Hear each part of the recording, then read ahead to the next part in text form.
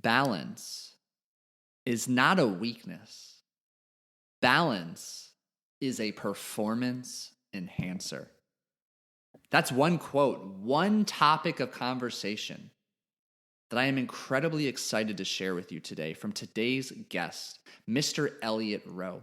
Elliot Roe is a leading expert in mindset optimization for high performers, and he's the world's #1 mindset coach for poker players. His poker clients have won over $250 million in nearly every major tournament title, including the World Series of Poker's main event. Elliot's clientele include Olympic medalists, UFC champions, Hollywood actors, business executives, and Wall Street traders. His unique mindset coaching system leverages the power of hypnotherapy to eliminate fears and break through mental roadblocks, allowing you to operate in a state of peak performance every single day.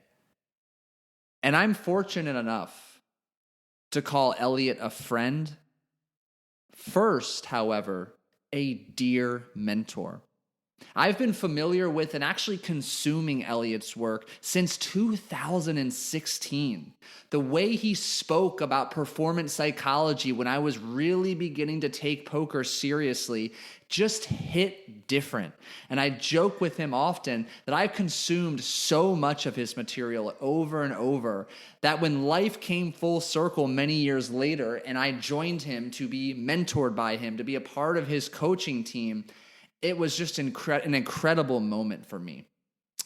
Elliot has taught me a lot of what I know with regards to hypnotherapy and high performance coaching. He was the first person I reached out to after finishing all of my hypnotherapy credentialing work to learn more, to refine my skill set, and to be able to deliver it at a high level. His results, his accomplishments, his clients' results and accomplishments speak for themselves. And I will tell you now, buckle up. You're going to learn a tremendous amount in this conversation about what it takes to perform at the highest of levels, what it takes to access and operate a state of peak performance every single day. Without further ado, let's dive in. Please help me welcome Elliot to the show. Elliot, you work with some of the top performers in various industries across the world. What's unique about your clientele, however, is for them, results absolutely matter. Results are life-changing.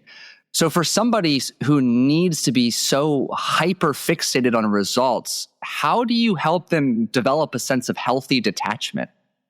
That's a really good question, Paul. Great place to start there. Yeah, so I'm working with high performers in different industries, as you alluded to. So when there are millions of dollars on the line, in a lot of cases, and the difference between, giving 100% and getting the first place medal, or, giving 98% and ending up with a bronze, the financial difference can be enormously different. Or making the bad trade, or losing at a final table at the World Series of Poker, something along those lines. The way that I really help clients understand the importance of balance in their lives is the balance actually is one of the factors into their highest level of performance. So you cannot only focus on one thing, because then you get too emotionally attached to those results and you're not able to perform at your best. So if we take the example of professional poker, the client needs to be studying, they need to be taking their poker seriously, they need to be an extreme professional. However, they also need to be taking a day off a week to do something completely different, where there will be some kind of incremental gain that's not dependent on variance. So let's say they're doing Brazilian Jiu-Jitsu, and they show up every week on a Friday and they're gradually working towards their next belt. Yeah. Or they're going to the gym and they're trying to increase their personal bests. These are things that every week, if they continue doing this, they will see positive results and positive change in an area of their life, and their entire personality won't be professional poker and the wins and losses are everything. But I do believe it's that helping the client understand that that's an important part of them being able to reach that highest success level in poker. So it is all still a factor. It's all still together in terms of how I believe people get the best results. But they do need those secondary focuses and those gains in areas where variance isn't the key. That's such an answer that was unexpected, to be honest, which I love, which is why we're having this conversation. So if I'm hearing you correctly, you're not only encouraging a healthy time away from the sport, the industry, yet you're choosing intentionally something that allows incremental progress to occur over time through consistency. So they get the fulfillment, the validation, the see, feel experience of results taking place. Exactly. And it's something where they can allow themselves to feel that success in another area without that feeling of risk. And so many of the industries I work in, there is an error. There is a level of variance. Even with professional sports, the bounce of the golf ball in your world, there is variance involved. You hit the sprinkler cap and the ball goes in a different direction. Or Wall Street traders, some news can come out that surprises everybody and it hits you very substantially, but there's not very much variance when it comes to working on your personal best in the gym. If you show up consistently, your personal best, typically you will get stronger, typically you will get fitter. So I like to ensure that clients are factoring in this, but then not using it as an excuse to then not do the work. And we have to have this balance is, if you want to be elite at something, it does have to dominate your life in some ways. The truth is, other people will be taking it very, very seriously. And we need to ensure that you're putting in the effort that you can genuinely be considered world-class. And it makes sense that you would have success. But we need that balance. We obviously need that time with friends and family. We need that time to rest and recover. And ideally, some amount of other hobbies that create this feeling of success, this distraction. And sometimes, with something like trading or professional poker, sometimes the big ideas come on the day off.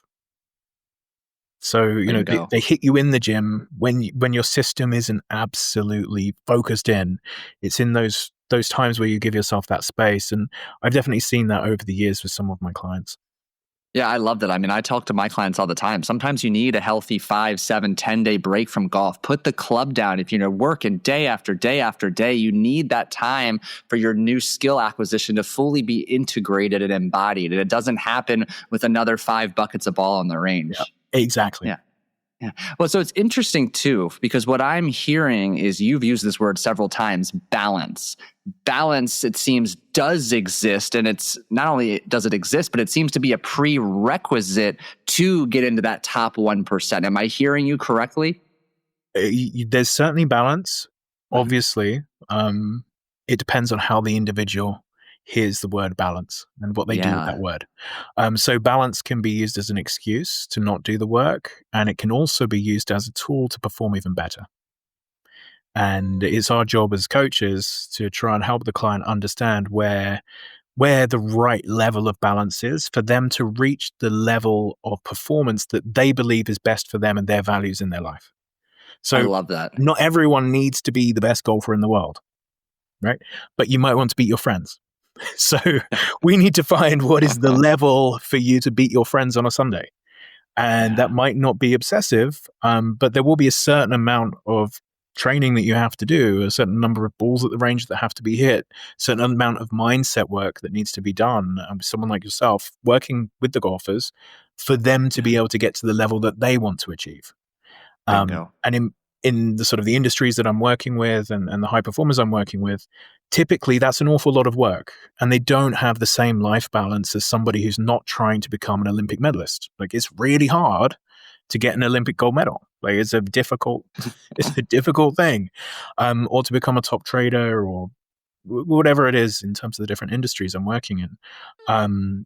So yes, there's balance, but the balance is reliant on the sort of the level of success that the person wants to reach. I love that. And I'm going to preface this next question with my answer for a little context. Like, when I think about the word balance, for a while, I personally struggle. Like, does it exist? Like, can I be successful in my marriage and now in fatherhood and in my work? Oh, and now in golf. Like, sometimes it felt impossible and overwhelming. And I found personally in my life effective and honest communication, both with myself first and foremost. What do I really want? And then effective communication with, a significant other, family, and friends. That's what streamlined my ability to calibrate high performance as a father in my work and on the golf course. So when you're working with a client who is clearly out of balance or their priorities are not up to date, how do you help them get clarity on what balance looks like for their situation and goals? First thing we'll do is look at their calendar. Mm. So, are you planning your life in a way that is effective and can work for you in terms of what you're saying that your goals are? So are your actions aligned with the reality that you're saying you want? So, if someone says they want to have a good family life and there is no family time booked in their calendar, probably they're not going to have a good family life. If somebody's saying they want to be elite and the best in the world and they're not training, they don't really want to be elite and the best in the world. So the way I describe it to clients with the way they're framing their week and scheduling their week out is typically, does this schedule rationally lead to the results you say that you want? And is this something that's sustainable over the long term? So oftentimes, someone will start working with me and they want to see the extreme results quickly. And as they write a schedule for themselves, they'll build out this schedule that is quite clear when we look at it. They're not going to be able to sustain for a long period of time because they're going to burn out. And what I'm looking for with clients is us to build a schedule for them that hits all of these different areas they say are important, and we can reasonably repeat. And obviously, you're going to have vacations and things, but we need to reasonably believe that you would want to stick to that schedule over a long time. Oh, that's good. Does your schedule reflect the results you want? For those of you listening, this is a fantastic, easy, powerful audit exercise. Pull up that Google Calendar, that Outlook calendar now, and just use it as a moment for honesty. Does your schedule reflect the results you want? Now, Elliot, you touched on, is it sustainable? What areas do high performers in your experience typically neglect that prevents their desired calendar from being sustainable? There are a few obvious ones. The first being sleep. So the trade-off between working exceptionally long hours, when I see people working late into the evenings and then trying to get up first thing in the morning, over a significant period of time, if you're trying to work on no sleep, oftentimes your performance deteriorates quite substantially. Through certain periods, health and fitness will disappear, and you can get away with it for a short period of time, but it's something that in the background will be slowly destroying you if you're not having some level of scheduled health and fitness in. The self-work, I believe, is very important. I'm extraordinarily biased because it's the industry that I work in. But, if somebody is not doing any kind of self-work, no form of coaching, no form of therapy, and they're trying to be elite, they're not being realistic as to competing against the work of the best in the world. So if we think about any famous professional athlete, they are all working with sports psychologists. They all have therapists. They all have multiple coaches on different areas of their life. Yeah. And they're not doing that just to spend money. They're doing it because they believe it gives them an edge. So that's somewhere where I see a high performer, I don't have time for coaching. Well, the coaching can give you a framework to be more successful in less time. So that's something to look at. So there's some of the pieces that I see, but there's the real sort of the human body basics of, are you sleeping well? Are you eating well? Are you giving yourself some time to recover? Are you speaking to somebody and making sure that your stress isn't building? These are the very simplistic pieces to add if you're looking to become a high performer in any part of life.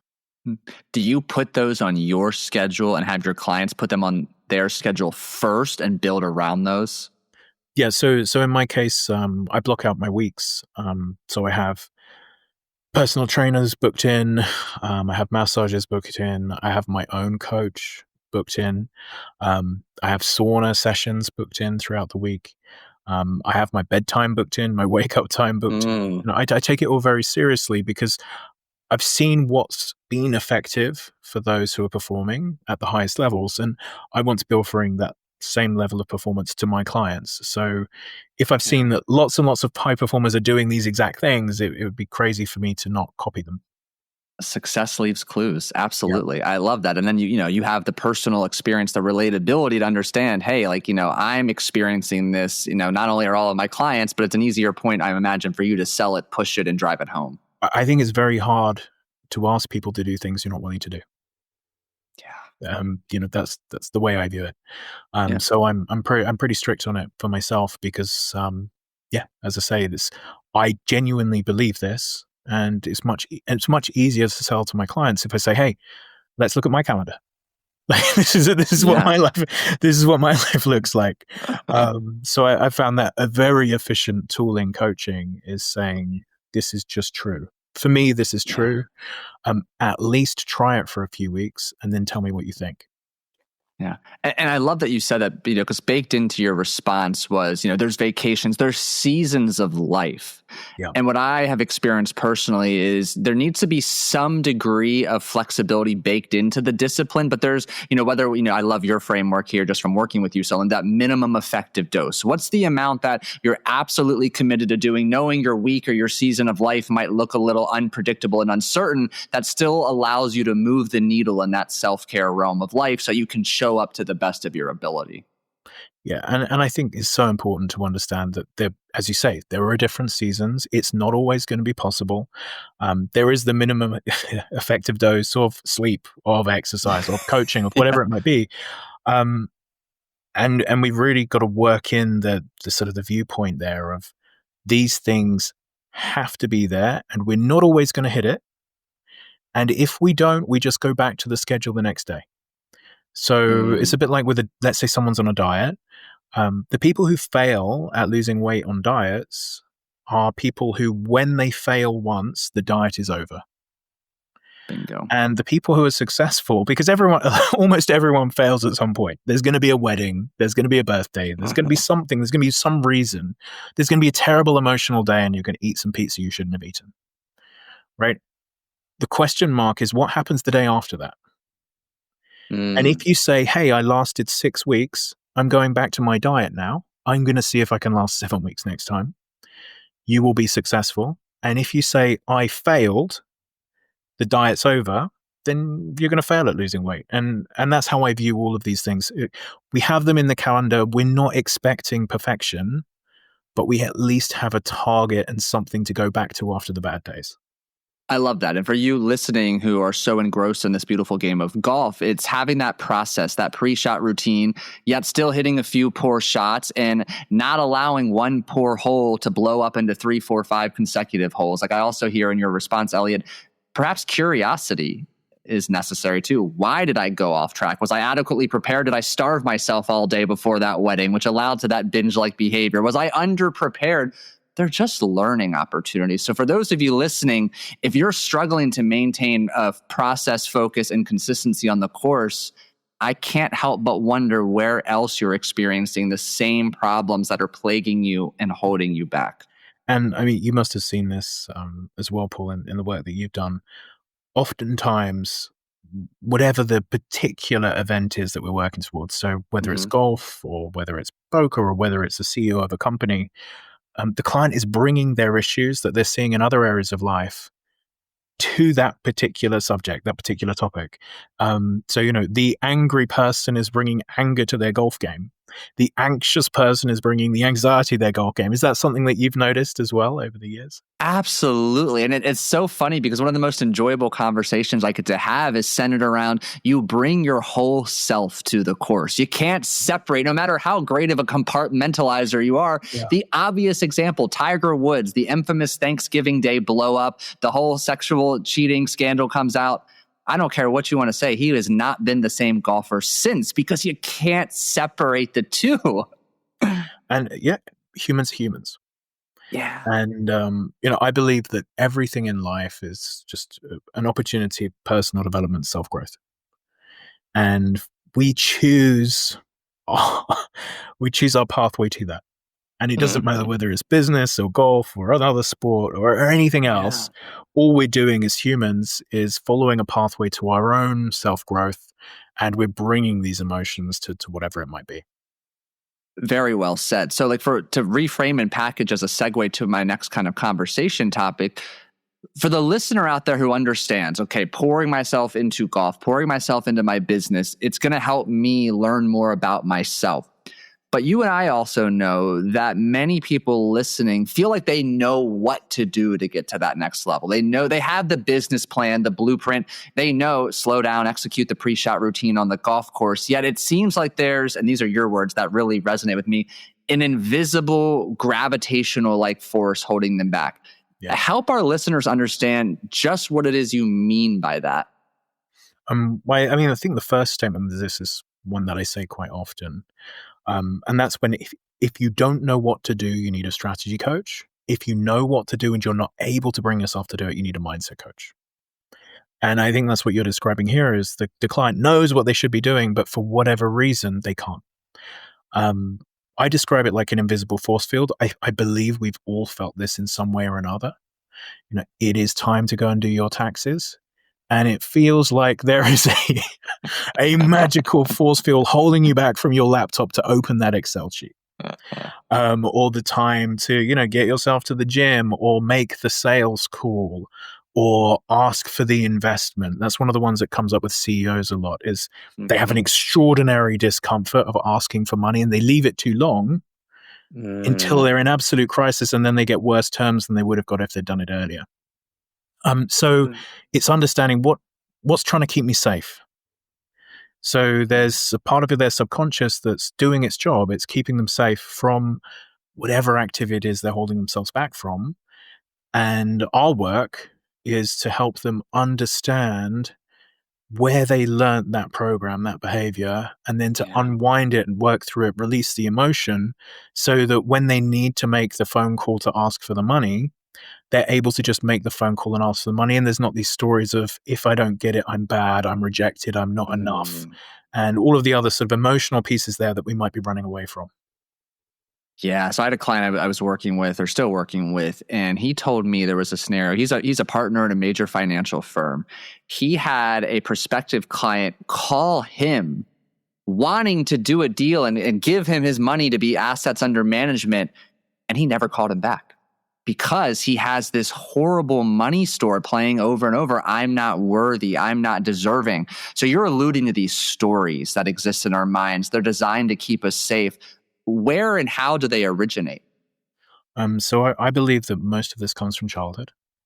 So as we're growing up, we're trying to put together the jigsaw puzzle of who we are and how we should be in the world. And we learn that first from our parents and then from teachers and other people of authority as we start to grow and friends in teenage years. Yeah. But if you think back to an evolutionary perspective of this, 20,000 years ago, we're in the jungle. Mum sees a tiger. She starts screaming. The child then knows tigers are something to be scared of, and they feel an adrenaline dump when they see tigers moving forward because that's an extraordinarily useful evolutionary tool. You're in the tribe, and rejection from the tribe means death. So judgment means death. So if you're removed from the tribe, you die in hunter-gatherer societies. So it's very easy for us to pick up social clues of what will not be accepted by the tribe.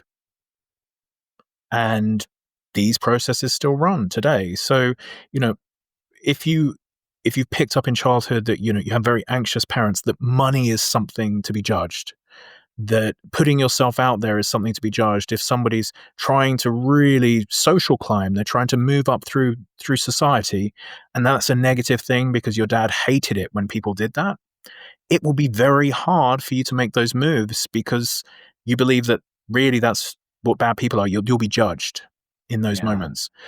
So we're looking for all of those moments through childhood where these programs have been created, where there's these logics in these programs that make sense as to why the child would reject this, would be scared of this, and understand that we're just still playing that same program again and again until we disrupt it. With something like hypnotherapy, some kind of subconscious modality where we can actually interrupt the program, change and adjust the program rather than just talk about it, because we all know we should do our taxes on time.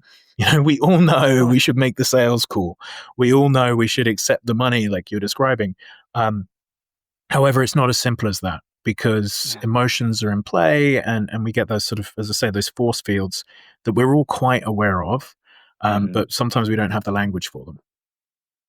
So for the business owner, the golfer listening, who's really resonating with what you're saying, and they've heard of hypnosis before. Obviously, they've listened to this podcast. They've read the description before hitting play on this episode.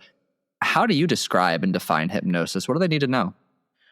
So first, I always say there's no magic to this. This isn't. This hypnotherapy is not like a stage show. What we're looking for is to use guided meditation effectively to reach a state of extreme focus that will then allow us to access memories from the past in a way we wouldn't be able to in a normal conversation. So, in that state of deep meditation, with traditional meditation, you would reach this point of presence, and then your mind would start to drift, and you'd bring yourself back to your breath, and that would be mindfulness meditation. That's the whole exercise. With this, we reach that same level of presence, but then we focus in on an individual emotional memory. And that then opens the pathway to our subconscious. Our subconscious is dominant at that point, and it will start to show us the stories. So it will start to bring up the memories that make sense, and often memories you haven't thought about in 10 years, 20 years, will show themselves, and these narratives are extraordinarily clear.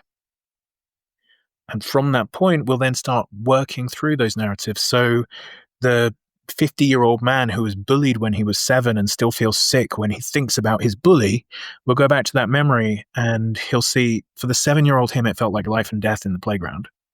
But for 50-year-old him, this is 2 7-year-olds having a fight. We can release all of that stored emotion, all of that fear. We can bring love into that memory and clear the emotional pressure that's been there that gets triggered every time, that bell that rings. And as we clear those memories, the behaviors change and the programs change. So that's the way I describe the sort of the way hypnosis works for this kind of work.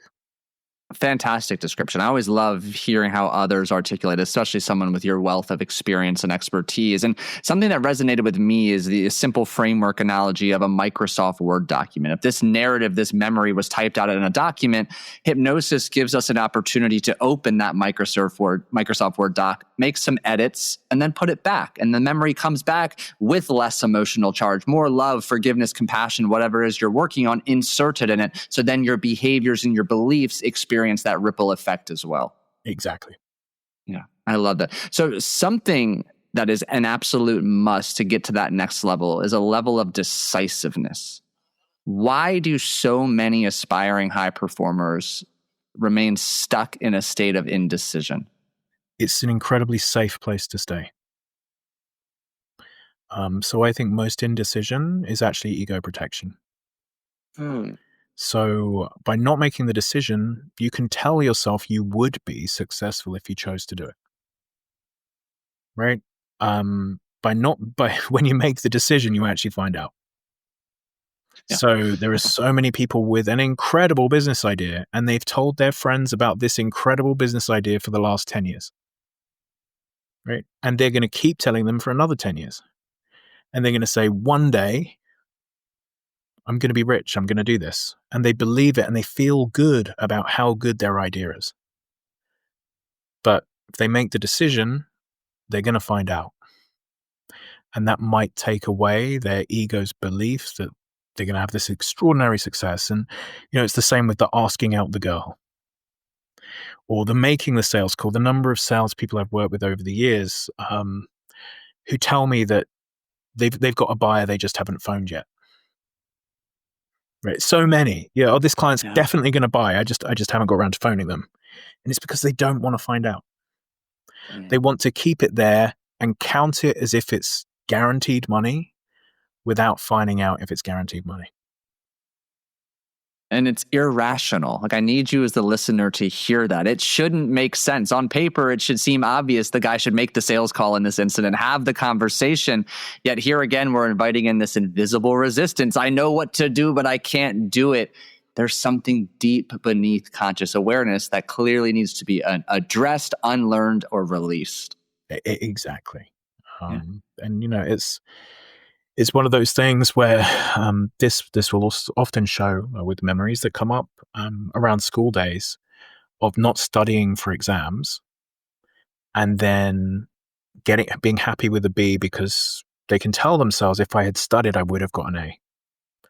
And it's actually very scary to give 100% to something and find out that you don't get the grade you think you deserve. So it hits your identity that, I am clever. Yeah. You don't have to risk being clever if you don't try. In golf, how many people say they could be a single-figure golfer if only I went to the driving range more? And they're choosing not to go to the driving range because if they go to the driving range the amount they believe they should, and they would be a single-figure golfer, and then they're not, it takes away that entire narrative.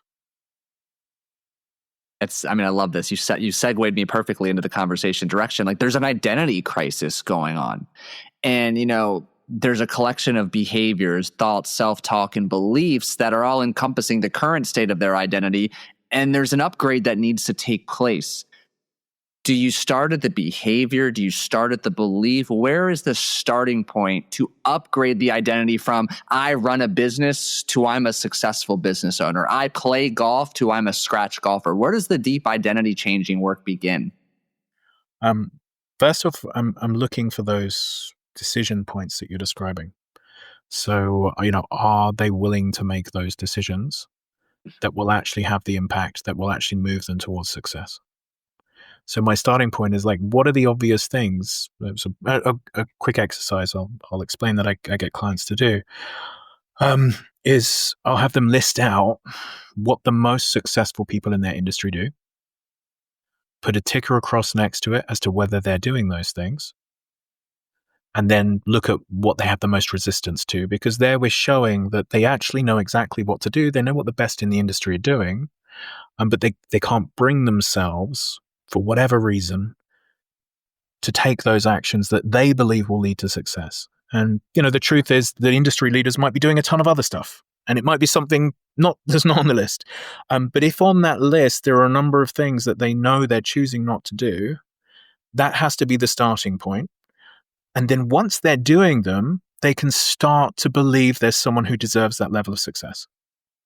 So it's very hard to believe that you should be successful if you know in your heart of hearts that you're not doing the things that you believe lead to success. So we really need to work on both sides of that. We don't want someone to believe, hey, I'm a best in class businessman, if they're not doing the work to justify being a best in class businessman. They're going to sell some bad investments and take out some bad loans if they're not doing the work and they have absolute self-belief and self-confidence. We need them making those decisions to do the uncomfortable. And it's not all about hours worked. It's about facing the discomfort and the things others won't do. So one of them might be, for a lot of industries, it's social media. It is very uncomfortable putting yourself out there on social media because you face judgment, you face criticism. Very few people like seeing themselves on video. But if the best in your industry are doing that and you're trying to become elite, then you have to face that discomfort in order to reach that level. Yeah. Incredibly well said. I love that exercise. And for those of you listening, that's a low-hanging fruit opportunity. Either you hit pause now or after the fact, set a timer for 20 minutes. What are the best in my industry doing? And when you get clear on that list, and then you get clear on what it is you are still not doing, get curious. And through that lens of non-judgmental curiosity, why aren't you doing it? What fear, what resistance, what physical sensation is present when you think about doing X, Y, or Z? And use that as a tipping point to further explore. And obviously, Elliot and I are biased. Coaching is the way to accelerate results there, but there's still a great amount of work you can do on your own as a starting place to really uncover what the story is holding you back from that next level success. And even if we take it specifically for golf, so what are scratch golfers doing? So and what's on that list? How long are they spending the driving lesson range? How many lessons have they done over the year? What does their practice actually look like? What's the level of focus they're putting into the different parts of their game, their putting, their short game, their driving? Are they working with a sports psychologist, mindset coach like yourself? We know that a lot of the elite are doing all of these things, and then there's a frustration that, hey, why Why aren't I a single figure golfer? And, well, you've got the list. Like this is the list of how to do those things. Yeah. And I think it's really that accepting the level of control we have over most things we say we want in life, Mm. and letting go of the ego protection of, if I don't try, I can't fail. I mean, I just hear the word like exposed. It's vulnerable. It's raw. If I know what to do and I don't do it, I want to protect myself from admitting like I'm not doing what I'm supposed to do. And that's what invites in the stories, the programs, etc. Now, in your experience, I mean, you've worked with some incredibly successful individuals. What's the biggest or the bigger limiting factor? Fear of failure or fear of success? I think they're incredibly closely tied. So the fear of failure and the fear of success are just really a belief that you're not enough. Mm. So if you're scared of failing, it's because you're scared, really, I'm not enough. And if you're scared of succeeding, you believe I'm not enough to deserve this, and I'm going to give it back.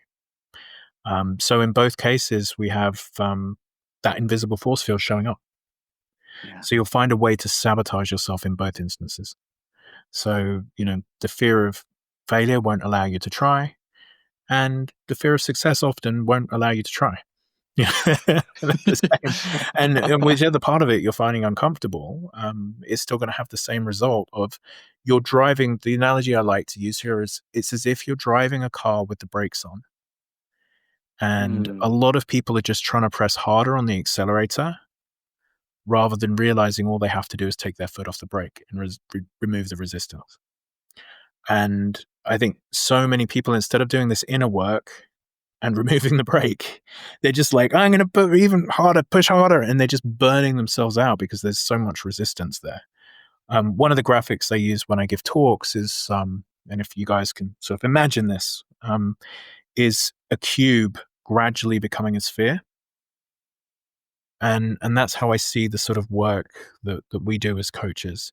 We're trying to file down the edges of a cube until it's as smooth as can be and people are in a state of flow. And our work is people are coming to us when there's fear with a few little bumps on it. Yeah. And a therapist who's dealing with really serious depression, they're dealing with cubes and just trying to get them moving a little bit and functioning. And I think that's a useful way of describing the difference between elite high performance coaching and, why shouldn't I talk to a therapist or a counselor? And it's a therapist and a counselor in a lot of cases are just trying to make you functional. Yeah. And we're working with highly functional people trying to smooth off the final edges, trying to take that little bit of pressure off the brake that's still there. And that's the visual that I think is a useful framework. Yeah, I use that visual all the time ever since you taught it to me because it's so powerful. And I think I come up against this quite a bit. I'm sure you do too. Is a lot of my clients, or even in a discovery call, will tell me, "Oh, I had a great childhood. I had no traumatic experiences. I have, I'm already a pretty close to a perfectly round sphere." And I'm like, I'm listening with a smile because I've seen this story before. For someone who comes to you and is attempting to share, like, I had a good childhood, there's no traumatic, significant experience that's held me back. They're there for a reason. They're having a conversation with you. What is that approach to help them understand just how powerful those small edges still are in terms of stopping them from their results? Well, the first off, it's important that it doesn't have to be a big trauma. Yeah. I mean, so many guys over the years, like one of their big, like self-confidence issues that all comes back to the first girl who rejected them. Like so many guys, like hey, I asked this girl to the dance and she said no, and I felt like a loser ever since. And they were 12, and a 12-year-old girl who was terrified of being asked to a dance and said no. And so we're not necessarily looking for absolute crises. And sometimes it is big T trauma. Sometimes it's horrific things. But a lot of the time it's the subtle, hey, at Christmas, my brother got the Christmas present I wanted and I didn't. And I felt my parents loved him more than me. And from that point forward, I didn't feel like I deserved success. So it Mm. can be these very subtle moments, and no one has got through the whole of childhood without anything subtly adjusting them, especially if they're noticing that there are these resistances. They're noticing that this invisible force field is there. Okay, it's there for a reason, so there's going to be something. Yeah. And then the other part of this that's very important to focus in on is, as I said, we're not dealing typically with the real stuck people in extraordinary anxiety and depression.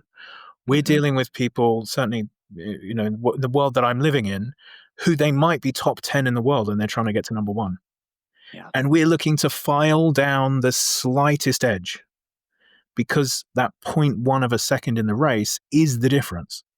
Yeah. Or that decision to make the trade at the right moment is millions of dollars, or the company CEO being willing to ask for investment at the right time is worth extraordinary money to them. So, Yeah. yes, I mean, it's not surprising that you're not in crisis because you probably shouldn't be talking to me. If you're in crisis, I'm just not the right guy. I'm Yeah. not a mental health professional. I'm helping high performers become more elite. So that's the way I'll describe it in the sales calls. Is like I'm hoping you're not in crisis, and if you are, there are better people than me to be dealing with that specific issue. I'm here Yeah. to help clients become absolutely elite in their business or in their competition. Yeah. So we've talked about removing those big subconscious blocks. We've talked about just those smoothing out those edges to make you more sphere-like in order to give you the opportunity to access that peak state on demand when you need it most. So for someone who's playing at a final table, who's on the back nine of the last day of their tournament, or is trying to close a 7-8 figure deal, how do you teach your clients to access that peak state of mind rather than just hoping, wishing, praying it shows up that day? So the first off is we're removing these roadblocks in the background. So I always think the initial work has to be, if there are landmines that we know are firing off, we need to clear the landmines first. So that's the sort of work that Yeah. we've been describing. We're then working on future pacing, which is changing how they're viewing themselves. So they see Mm. themselves as someone successful, somebody who has that level of confidence, someone who deserves this. So we'll do a lot of future pacing work. So seeing that success on the final nine, seeing the success on the final table, seeing them play their best, Yeah. still suffer a setback and recover, because I feel that's a very important part of visualization people don't always think of.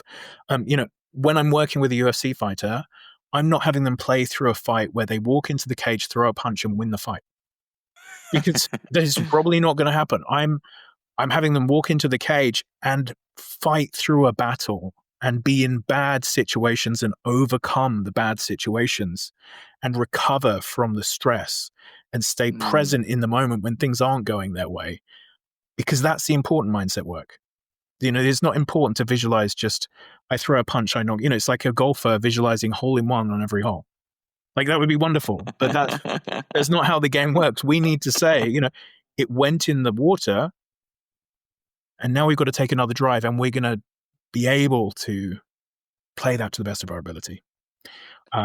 So it's that kind of work. And then we'll do some work in terms of helping them use, breath work or visualization to get themselves into that very present, focused state for whatever activity they're looking to do.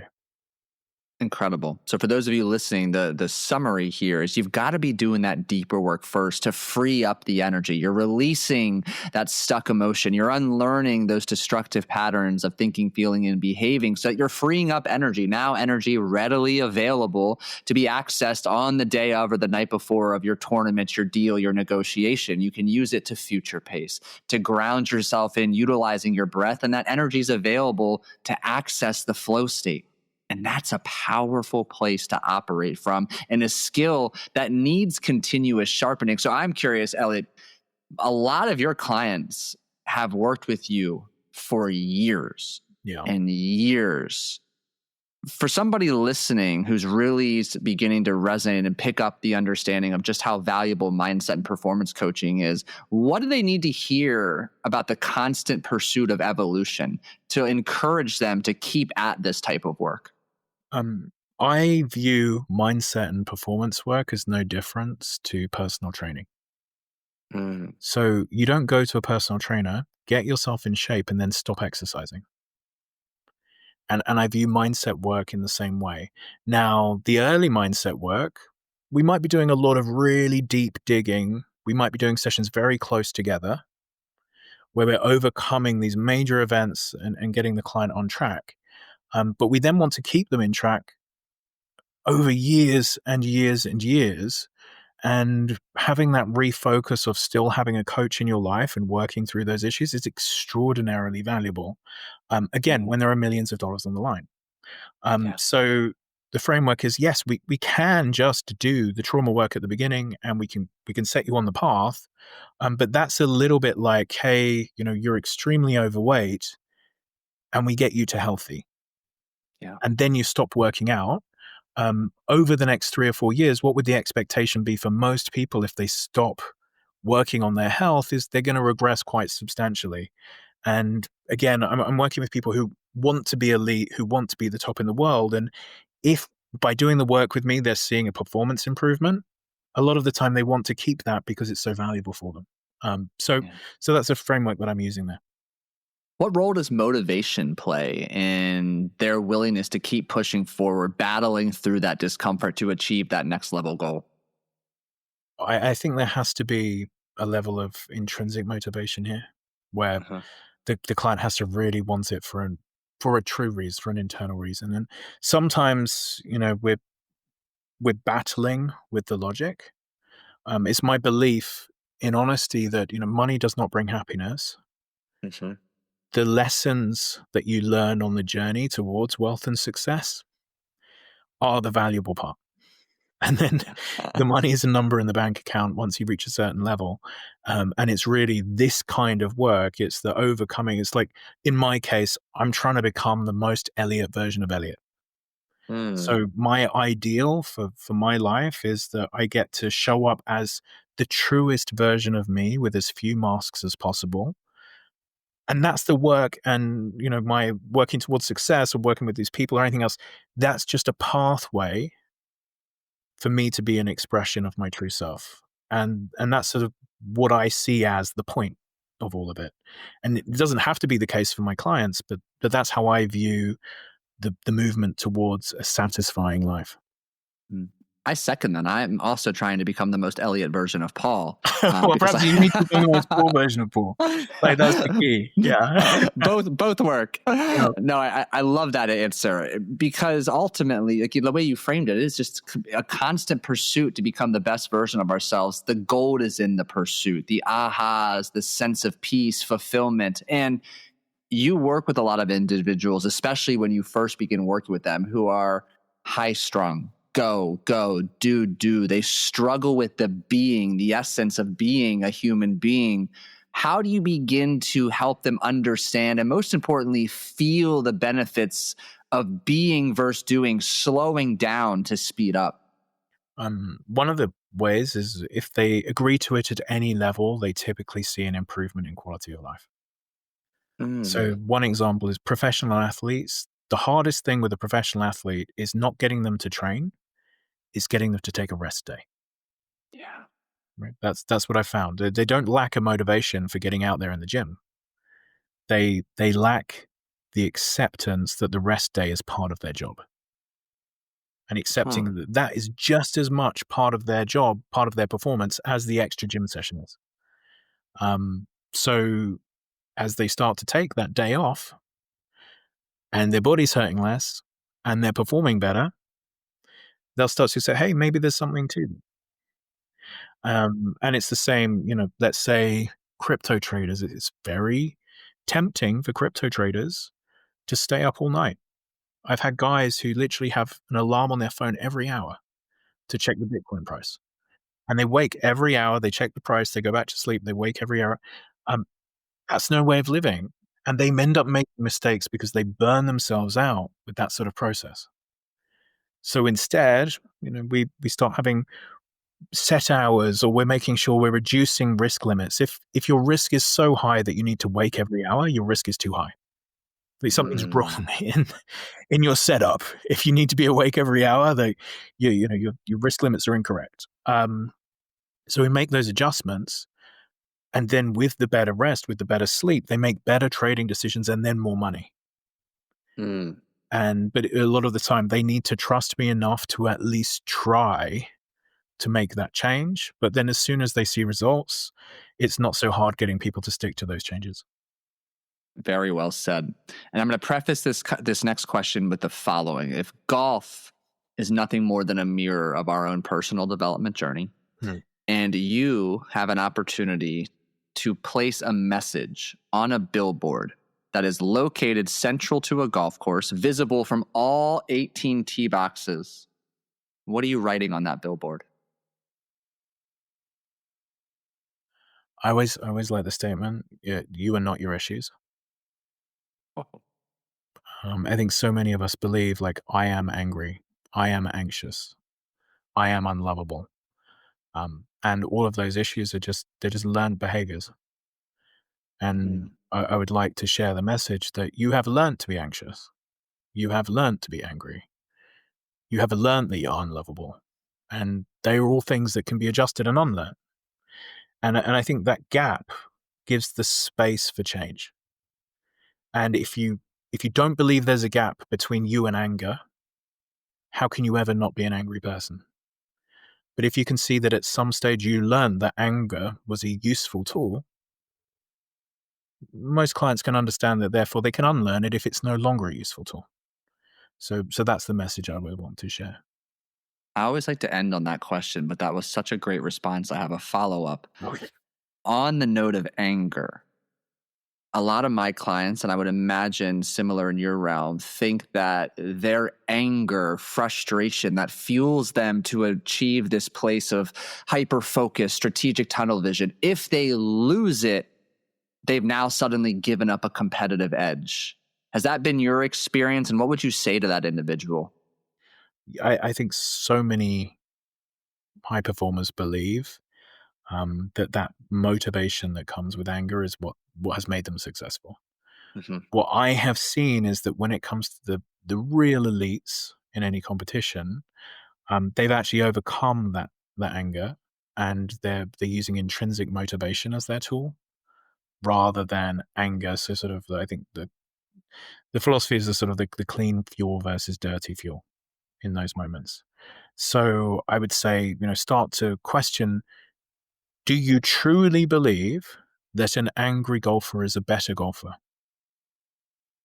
And I would be shocked if there are many golfers who actually think anger is the way to perform their best. And in my world, is an angry CEO a better CEO?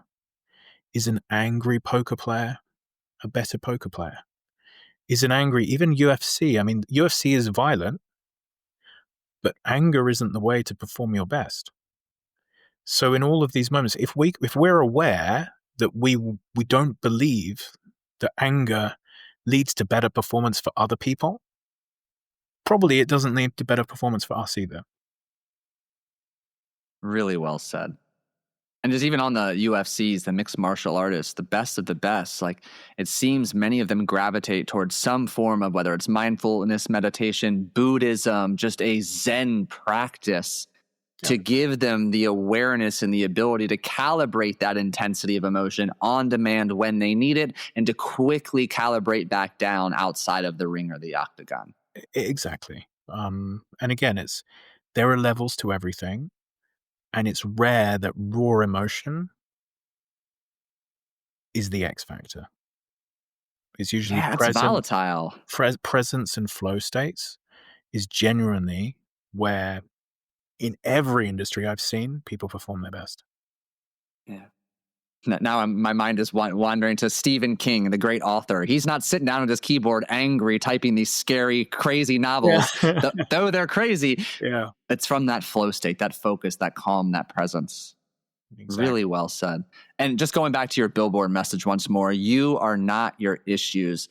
For those of you listening, you're going to have an issue if you don't connect with Elliot. You don't follow his work. You don't find a way to listen to him and learn from him often. So, Elliot, where can our listeners go to connect with you, to learn from you? Please do not hesitate. Please be humble enough to share your incredible book. Different places. Yeah. So if you're interested in poker, and also a lot of the poker mindset work in the book is applicable to golf or business or anything else. We've got a book, A Game Poker. I've got a mindset app called Primed Mind that you can download on your iPhone or on Google Play, and you can try a lot of the audios on there for free. That's primemind.com. And then my personal coaching is elliotroe.com. And you can also find me on Instagram and Twitter if you search Elliot Roe. So I think they're all the different spots. Yeah, fantastic. And for those of you listening, the book, A Game Poker, it's one I've read at least 3 times. It's so many notes in the margins. I love it for poker, but there's so much application outside. All of Elliot's examples and tactical action steps are transferable to every area of life. And I've been a user of the Primed Mind app for a very long time. You're going to age me, Paul. I know, so I stopped. And I want to say, Paul is incredible on the team, and he's an absolute killer, and he does all of the things. So, it's so fun having you on the team and seeing that, Paul, that, all of the stuff is done. You're living the life and you're making it happen. So yeah, just for everyone out there, it's Paul's legit. Well, thank you for that. I appreciate it. Thoroughly enjoyed this conversation. Thank you so much for coming on. Hey, thanks for having me on the show. Absolutely. And for those of you listening, thank you for tuning in to another episode of the Scratch Golfer's Mindset Podcast. So many nuggets, so many tactical action steps, low-hanging fruit exercises you need to take action on. So do yourself a favor, go back, listen to this episode again, take notes, take action on the exercises Elliot shared, and then go share it with a friend, a fellow golfer, someone at your place of business to help them get unstuck and out of their own way. And if you haven't done so already, it takes 30 seconds to leave a genuine rating, review on Apple Podcasts, Spotify, wherever you're listening to today's episode. Thank you again for listening. Have a fantastic rest of your day. Hit them straight this weekend, and we'll catch you in the next episode.